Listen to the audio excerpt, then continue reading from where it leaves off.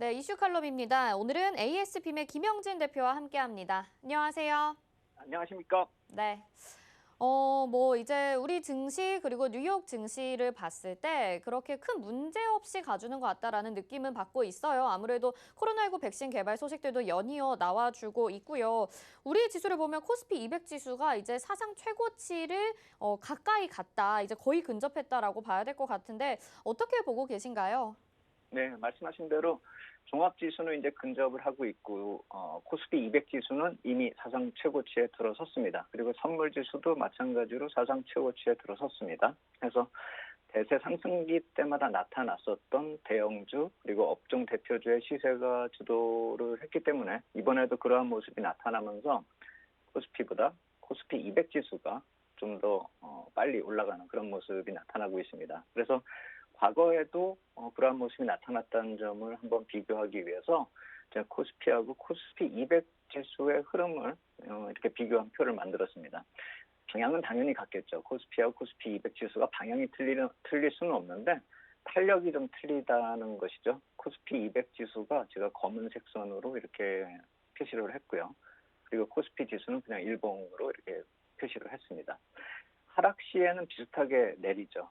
그리고 오를 때를 보면은 까만색 선이 탄력이 좀 큽니다. 그리고 경기가 전환하는 시점에서는 상대적으로 강세가 더 두드러지게 나타납니다. 저기다 경기까지 표시할 방법이 없기 때문에 표시를 못했지만 이렇게 상승하는 쪽에서 경기가 반전이 되었다 이렇게 보시면 됩니다. 그래서 상승 국면에서 코스피 200 지수, 대형주 지수가 훨씬 강했다 이렇게 보시면 될 테고, 저 경기 전환하는 게 우리가 약간 좀 글로벌보다 좀 빠르거든요. 그래서 글로벌 경기 전환 시에 더 강세를 보인다는 점, 업종 대표 수출 기업이 주도한다는 점으로 이해를 하시면 되겠고, 그래서 업종 대표 수출 기업 쪽으로 주도주 접근 전략이 필요한 이유가 또 여기 있다. 그러니까 장이 이번에 가게 되면 끌고 가게 될 장이 주도주가 있고 따라가는 주식이 있겠죠. 그래서 코스피 200 지수가 끌고 올라가고 나머지 주식이 덩달아 쫓아간다. 이렇게 보시는 게 맞겠죠. 경기 전환에 대해서는 좀 논란이 있는데요.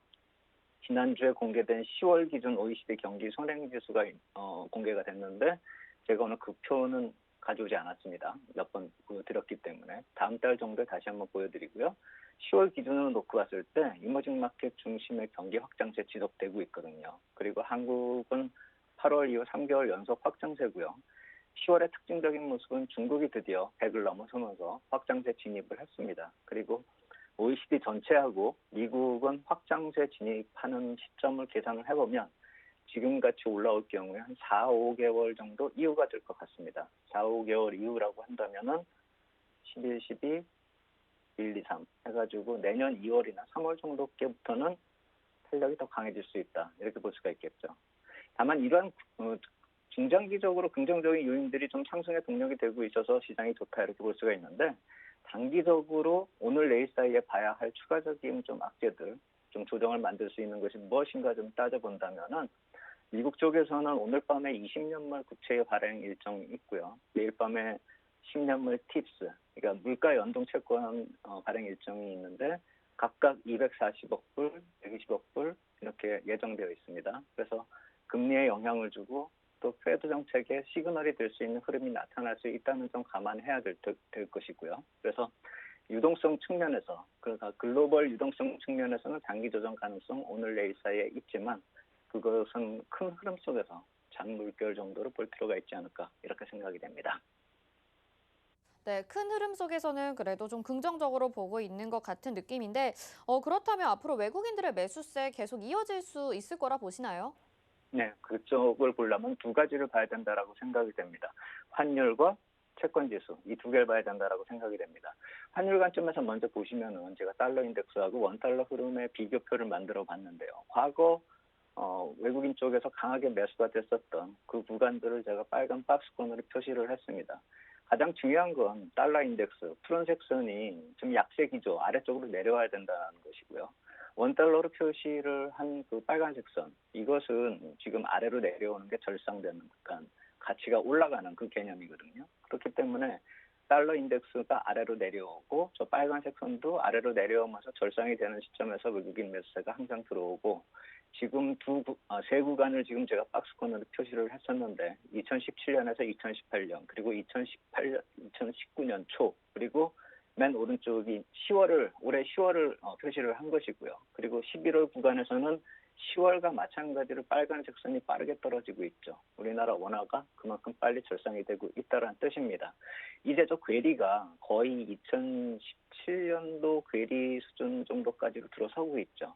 2018년에 최고치에 거의 근접하고 있다라고도 볼 수가 있습니다. 그래서 빨간색 선하고 푸른색 선이 이 괴리가 점점 줄어들면 줄어들수록 외국인 매수세가 강화될 수 있다 이렇게 보시면 되겠는데 저게 완전히 붙어버리면은 반전이 될 수가 있기 때문에 붙기 전까지는 우리가 좀 기대를 할 수 있는데 완전히 붙은 다음부터는 약간 좀 매수세가 약화될 수도 있다라는 점 그리고 그 다음부터는 달러 흐름 인덱스 자체가 변화될 수 있는지 이것은 좀 우리가 계속 주목을 해야 될 것이고요.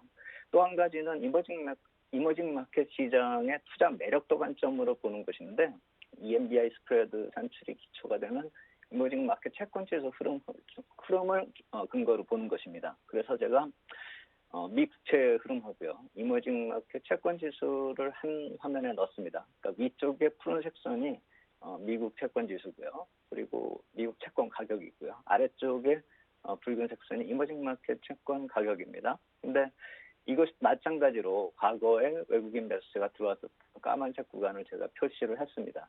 그 위에 앞에서 보셨던 거하고 거의 같은 시기인데 그때마다 나타났었던 흐름, 이머징 마켓과 미국 채권의 가격이 갭이 점점 줄어들고 그 시점에서 매수가 들어온다 이렇게 이해를 하시면 되는데 지금의 갭은 약간 좀 커 보이죠. 하지만 저 갭이 왜 저렇게 벌어져 있느냐 하면은 미국이 갑자기 금리를 이번에 왕창 급격히 낮췄기 때문에 푸른색 선이 확 높아진 것이죠. 하지만 붉은색 선 보시면은 과거 외국인 매수세가 들어왔었던 그 절대 수치까지 계속 근접을 한 상태입니다. 결국 미국 채권이 좀 올라가 있는 상태이긴 하지만 이머징 마켓의 절대 매력도를 감안한다면 거의 최고 수준에 근접을 한 상태이기 때문에 과거 외국인 매수세가 유발됐었던 그 수준을 넘어서고 있다는 점을 주목한다면은 환율과 더불어서 EMBI 스프레드를 놓고 봤을 때 외국인 매수세가 들어올 수 있는 그 시점이라는 점을 주목을 할 필요가 있어 보입니다. 그래서 미국의 중장기 채권 수익률이 상승을 하기 때문에 푸른색 선이 상승보다는 하락할 가능성이 더 크고요. 그래서 향후에도 저 갭이 점점 줄어든다라고 한다면은 외국인 매수세는 지속이 되겠죠. 그래서 결국 푸른색 선이 하락을 하는 그 동안에 그거보다 더 빠르게 빨간색 선이 하락만 안 하면 됩니다. 결국 그 뜻은 이머징 마켓 금리가 상승을 빨리 하지 않으면은 투자 매력도가 계속 살아있을 것이고 외국 매수세가 지속될 것이다. 이렇게 보시는 게 맞겠는데 아직 우리나라 실물 경기가 어떤 금리 인상을 할 수 있는 기준금리가 높아질 수 있는 그런 상황은 아니기 때문에 당분간 외국인 매수세가 지속적으로 글로벌 유동성이 한국 시장에 들어올 가능성이 크다. 이렇게 보시는 게 맞겠다. 이렇게 말씀을 드리겠습니다.